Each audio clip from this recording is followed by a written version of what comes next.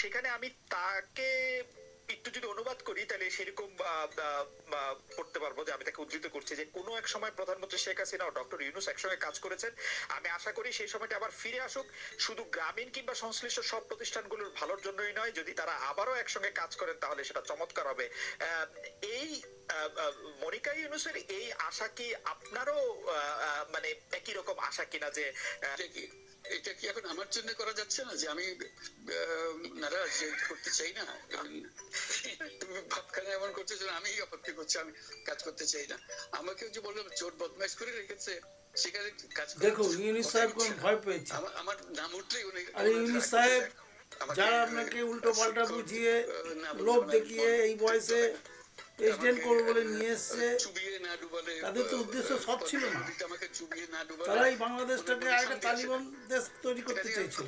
আমি কি করে বলবো? আপনি তাদের পথে পা দিয়েছেন, আজকে ভয় পেলে হবে?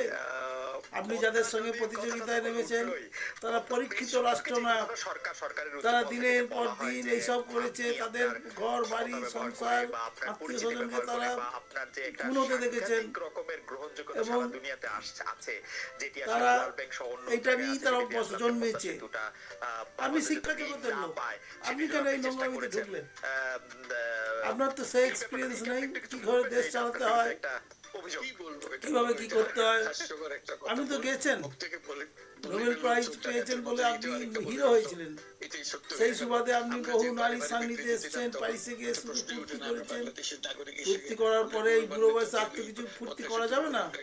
এখন দেশে এসেছেন কামাতে কমতে বা হিরো হতে, একটা তত্ত্বাবধায়ক সরকারের প্রধান হতে, বা আগামী দিনে একটা পার্মানেন্ট হোসেন মোহাম্মদ এরশাদের মতো কিছু একটা হতে।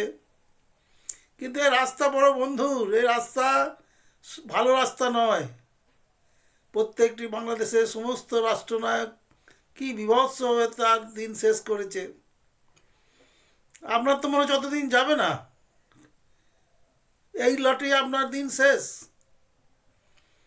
কিন্তু আমরা হারাবো এক মহান শিক্ষাপতিকে, আমরা হারাবো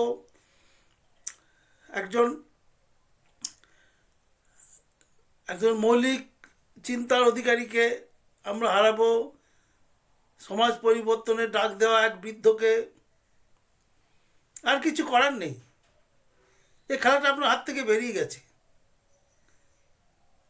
দেখুন কি কতদূর হয়। এই বলে আজ শেষ করছি।